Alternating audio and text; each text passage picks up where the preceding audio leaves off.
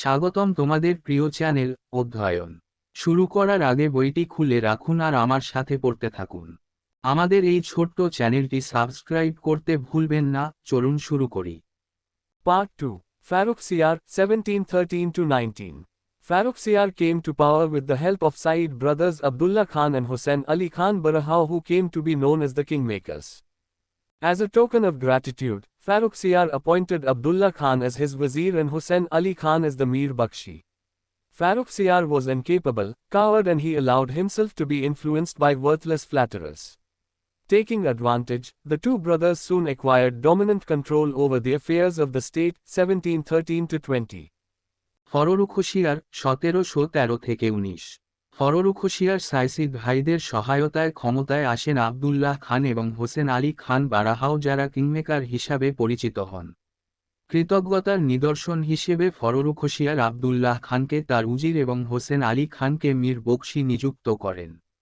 ফররুখশিয়ার ছিলেন অক্ষম, কাপুরুষ এবং তিনি নিজেকে মূল্যহীন চাটুকারদের দ্বারা প্রভাবিত হতে দিয়েছিলেন। সুবিধা গ্রহণ করে দুই ভাই শীঘ্রই রাষ্ট্রের 1713 থেকে 20 উপর প্রভাবশালী নিয়ন্ত্রণ অর্জন করে। The Saeed brothers adopted the policy of religious tolerance. They believed that India could be ruled harmoniously only by associating Hindu chiefs and nobles with the Muslim nobles in governance.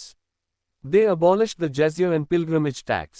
They continued to conciliate the Marathas, the Rajputs and the Jats while suppressing the Sikhs. Farrukhsiyar's reign saw the victory of the Mughals over the Sikhs as the Sikh leader Banda Bahadur was taken prisoner at Gurdaspur and later executed at Delhi, the 19th of June 1716. Syed ভাইরা ধর্মীয় সহনশীলতার নীতি গ্রহণ করেন। তারা বিশ্বাস করত যে শাসন ব্যবস্থায় মুসলিম সম্ভ্রান্তদের সাথে হিন্দু প্রধান ও অভিজাতদের সম্পৃক্ত করেই ভারতকে সুসংগতভাবে শাসন করা যেতে পারে। তারা জেজিয়া এবং তীর্থযাত্রা কর বাতিল করে। শিখদের দমন করার সময় তারা মারাঠা, রাজপুত এবং জাটদের মধ্যে সমঝোতা করতে থাকে। শিখ নেতা বান্দা বাহাদুরকে গুরুদাসপুরে বন্দী করা হয় এবং পরবর্তীতে দিল্লিতে 19 জুন 1716 মৃত্যুদণ্ড কার্যকর করায় ফারুখশিয়ারের রাজত্ব শিখদের উপর মুঘলদের বিজয় দেখে। In 1714, William Hamilton, a surgeon in the British East Indian Company, successfully cured Farrukhsiyar of a disease, swelling in the groin. After successful treatment, Farrukhsiyar finally arranged his marriage to the daughter of Raja Ajit Singh of Jodhpur, which had been delayed by the illness. As a reward to the company, the emperor issued a farman, royal order, known as the Farman of 1717, heedlessly granting the British East India Company many trading privileges, including the exemption from custom duties for its trade through Bengal. The provisions of the Farman became a source of perpetual conflict between the Bengal Nawabs and the English Company. 1714 সালে British east Indian কোম্পানির একজন surgeon William Hamilton ফারুখশিয়ারকে একটি রোগ কুষ্ঠিতে ফোলা সফলভাবে নিরাময় করেন। সফল চিকিৎসার পর ফররুখশিয়ার অবশেষে যোধপুরের রাজা অজিত সিংয়ের কন্যার সাথে তার বিবাহের ব্যবস্থা করেন, যা অসুস্থতার কারণে বিলম্বিত হয়েছিল। কোম্পানির প্রতি পুরস্কার হিসেবে সম্রাট একটি ফরমান, রাজকীয় আদেশ জারি করেন, যা 1717 সালের ফরমান নামে পরিচিত, ব্রিটিশ ইস্ট ইন্ডিয়া কোম্পানিকে বাংলার মধ্য দিয়ে বাণিজ্যের জন্য শুল্ক থেকে অব্যাহতি সহ অনেক বাণিজ্য সুবিধা প্রদান করে। ফরমানের বিধানগুলি বাংলার নবাব ও ইংরেজ কোম্পানির মধ্যে চিরস্থায়ী সংঘর্ষের উৎস হয়ে ওঠে। Soon, Farrukhsiyar wanted to exercise his own authority and conspired to get rid of the Saeed brothers. However, the Saeeds proved to be too clever for him, and with the help of Peshwa Balaji Vishwanath, they dethroned the emperor and blinded and killed him. It was the first time in the Mughal history that an emperor was killed by his nobles. শীঘ্রই ফররুখশিয়ার নিজের কর্তৃত্ব প্রয়োগ করতে চেয়েছিলেন এবং সাইয়াদ ভাইদের থেকে মুক্তি পাওয়ার ষড়যন্ত্র করেছিলেন। যাই হোক, সাইদরা তার পক্ষে খুব চালাক প্রমাণিত হয়েছিল এবং পেশওয়া বালাজি বিশ্বনাথের সহায়তায় তারা সম্রাটকে সিংহাসনচ্যুত করে এবং তাকে অন্ধ করে হত্যা করে। মুঘল ইতিহাসে এই প্রথম কোনো সম্রাটকে তার অভিজাতরা হত্যা করেছিল। After the execution of Farrukhsiyar, the Saeed brothers raised to the throne in quick succession two young princes, Rafi-ud-Darajat and Rafi-ud-Dawla, both of whom died of consumption, old name for tuberculosis. ফররুখশিয়ারের মৃত্যুদণ্ড কার্যকর করার পর Syed brothers দ্রুত উত্তরাধিকার সূত্রে দুই যুবক রাজকুমার রফি-উদ-দারাজত এবং রফি-উদ-দৌলাকে সিংহাসনে বসিয়েছিলেন, যাদের উভয়ই সেবনের কারণে যক্ষ্মা রোগের পুরানো নাম মারা গিয়েছিলেন। Rafi-ud-Darajat, April 17, 19, June 19, he ruled for the shortest period. Rafi-ud-Dawla or Shah Jahan II, June 17, 19, September 19, he took the title of Shah Jahan II. He was an opium addict and suffered from dysentery. Rafi-ud-Darajat April 1719 June 19 তিনি সবচেয়ে কম সময়ের জন্য শাসন করেছিলেন। রফি-উদ-দৌলা বা Shahjahan II, June 1719 September 19 তিনি Shahjahan II উপাধি গ্রহণ করেন। তিনি একজন আফিম আসক্ত ছিলেন এবং আমাশয় রোগে ভুগছিলেন। The kingmakers now made the 18-year-old Roshan Akhtar, better known as Muhammad Shah, the Emperor of India. All the three successors of Farrukhsiyar were mere puppets in the hands of the Saids. Even their personal liberty to move around and meet people was restricted. কিংমেকাররা এখন 18 বছর বয়সী রোশন আখতারকে ভারতের সম্রাট বানিয়েছেন, যিনি মোহাম্মদ শাহ নামে বেশি পরিচিত। ফররুখশিয়ারের তিনজন উত্তরসূরি ছিলেন সাইয়েদের হাতের পুতুল। এমনকি তাদের ঘুরে বেড়ানো এবং মানুষের সাথে দেখা করার ব্যক্তিগত স্বাধীনতাও সীমিত ছিল। Muhammad Shah or Roshan Akhtar Bahadur, 1719–48. Even though Said brothers had tried hard to befriend all sections of the nobility, a powerful group of nobles headed by Nizam-ul-Mulk and Muhammad Amin Khan began to conspire against them. These nobles were jealous of the growing power of the brothers. Moreover, the murder of Farrukhsiyar also frightened many of them. For, if the emperor could be killed, what safety was there for mere nobles? Muhammad Shah বা রওশন আখতার বাহাদুর 1719–48। যদিও সাইয়াদ ভাইরা অভিজাত শ্রেণীর সকল অংশের সাথে বন্ধুত্ব করার জন্য আপ্রাণ চেষ্টা করেছিলেন, নিজাম-উল-মুলক এবং মুহাম্মদ আমিন খানের নেতৃত্বে এক শক্তিশালী অভিজাত দল তাদের বিরুদ্ধে ষড়যন্ত্র করতে শুরু করে। এই অভিজাতরা ভাইদের ক্রমবর্ধমান শক্তিতে ঈর্ষান্বিত ছিল।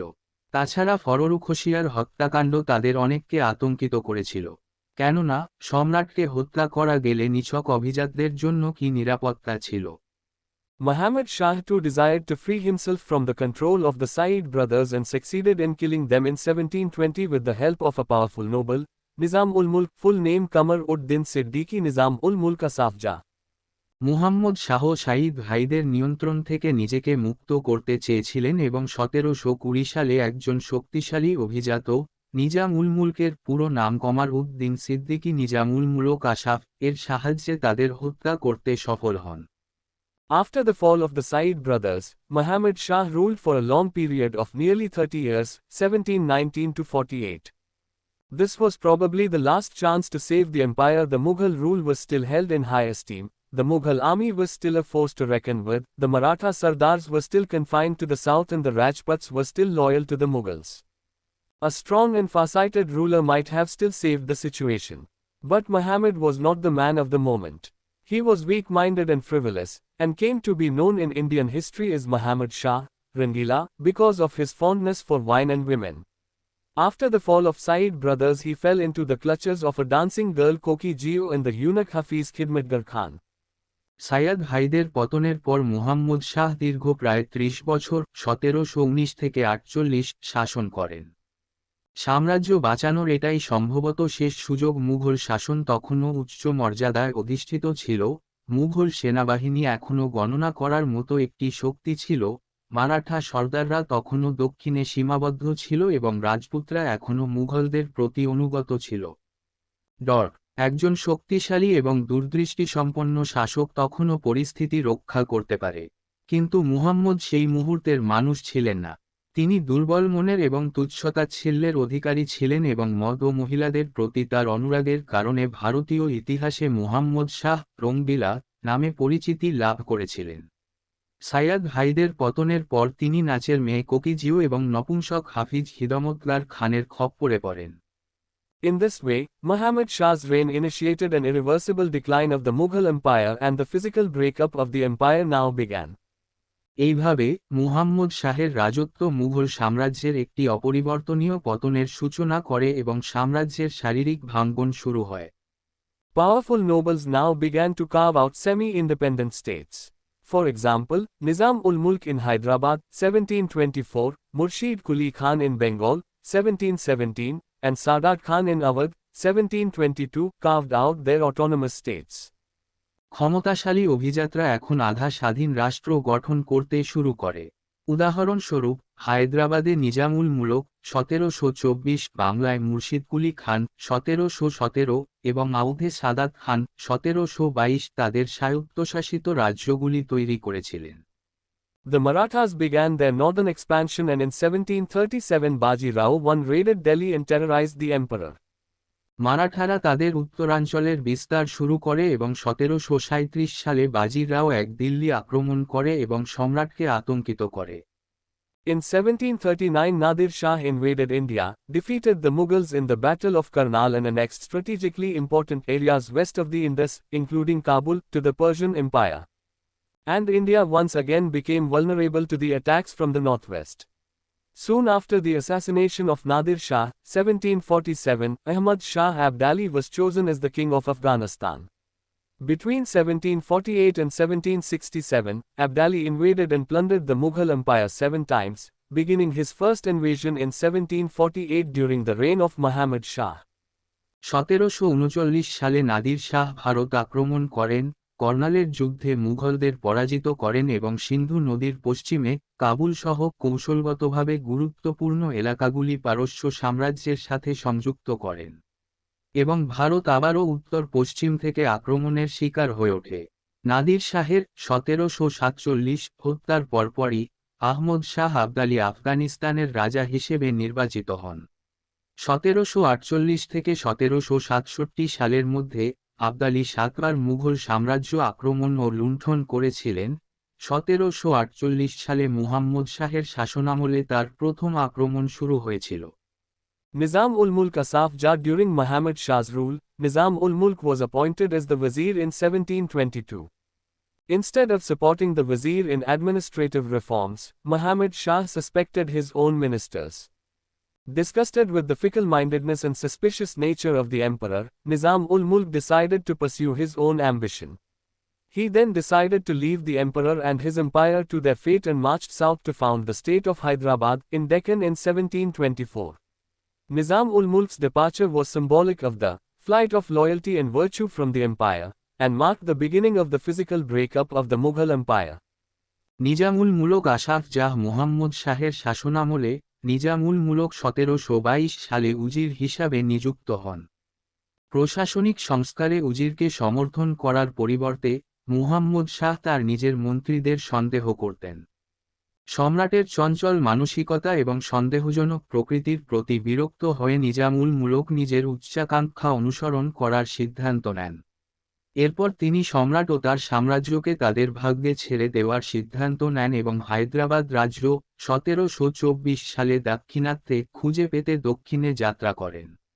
নিজামুল মুলকের প্রস্থান ছিল সাম্রাজ্য থেকে আনুগত্য ও গুণের ফ্লাইটের প্রতীকী এবং মুঘল সাম্রাজ্যের শারীরিক বিচ্ছেদের সূচনা। Nadir Shah's invasion Mughal Empire received a fatal blow when the king of Persia Nadir Shah invaded India in 1738–39. Nadir Shah was attracted to India by its well-known fabulous wealth, and the bankrupt Persian Empire found an easy prey in the weak Mughal rule.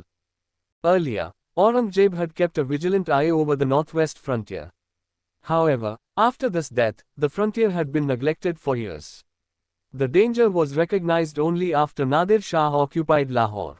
Hurried preparations were made for the defense of Delhi, but the nobles could not agree on a plan for defense. The Emperor Muhammad Shah, accompanied by Nizam-ul-Mulk, marched from the capital to confront the invader.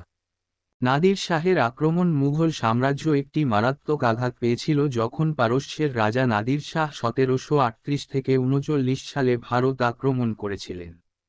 Nadir Shah তার সুপরিচিত কল্পিত সম্পদ দ্বারা ভারতের প্রতি আকৃষ্ট হন এবং দেউলিয়া পারস্য সাম্রাজ্য দুর্বল মুঘল শাসনে একটি সহজ শিকার খুঁজে পায়। এর আগে আওরঙ্গজেব উত্তর পশ্চিম সীমান্তের উপর সজাগ দৃষ্টি রেখেছিলেন। তবে এই মৃত্যুর পর বছরের পর বছর অবহেলিত ছিল সীমান্ত। নাদির শাহ লাহোর দখল করার পরই বিপদ স্বীকৃত হয়। দিল্লির প্রতিরক্ষার জন্য তড়িঘড়ি প্রস্তুতি নেওয়া হয়েছিল, কিন্তু অভিযাত্রা প্রতিরক্ষার পরিকল্পনায় একমত হতে পারেনি। সম্রাট মুহম্মদ শাহ নিজামুল মুলকের সাথে নানাদারদের মোকাবিলা করার জন্য রাজধানী থেকে যাত্রা করেন। Battle of Karnal on the 13th of February 1739, the two armies met at Karnal and Nadir Shah inflicted a crushing defeat on the Mughal army. While Khan-i-Doran, Mir Bakshi, fell in the battlefield, Sadat Khan, governor of Awadh, and Emperor Muhammad Shah were taken prisoner. Nadir Shah now marched to Delhi and ordered a terrible massacre in imperial capital to revenge the killing of a handful of his soldiers. The devastation of Delhi has been famously lamented by the poets Mir and Soda. কার্নালের যুদ্ধ 13 ফেব্রুয়ারি 1739 তারিখে দুটি সেনাবাহিনী কর্নালে মিলিত হয় এবং নাদির শাহ মুঘল সেনাবাহিনীকে একটি শোচনীয় পরাজয় ঘটান।